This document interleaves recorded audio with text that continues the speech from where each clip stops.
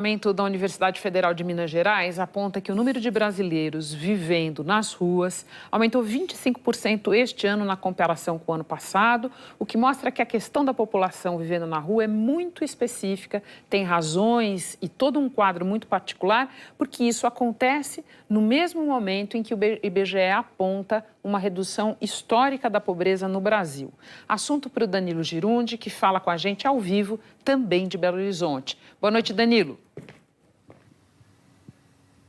Boa noite, Renata. Boa noite a todos que acompanham o Jornal da Globo. Esse número de cerca de 328 mil pessoas é o maior já registrado na série histórica, que começou em 2012.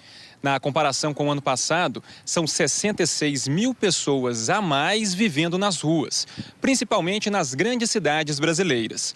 O Observatório Brasileiro de Políticas Públicas com a População em Situação de Rua, da UFMG, usa os dados do Cadastro Único do Governo Federal. E eles mostram que a cidade de São Paulo tem a maior população em situação de rua.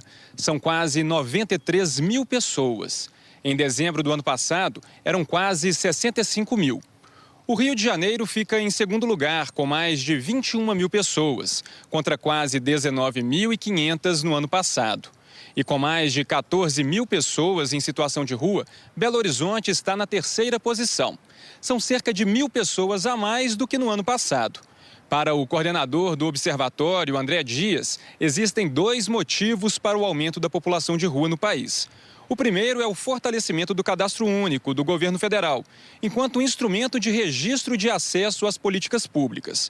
O segundo é que, mesmo com cenário de economia aquecida e com baixo índice de desemprego, ainda faltam políticas públicas voltadas para essa população.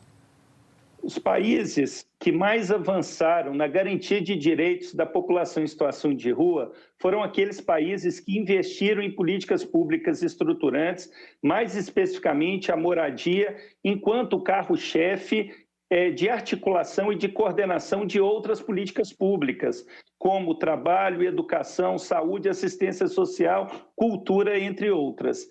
A cada 10 pessoas em situação de rua no nosso país, 5 não terminaram o ensino fundamental e 11% dessas pessoas encontram-se em condição de analfabetismo.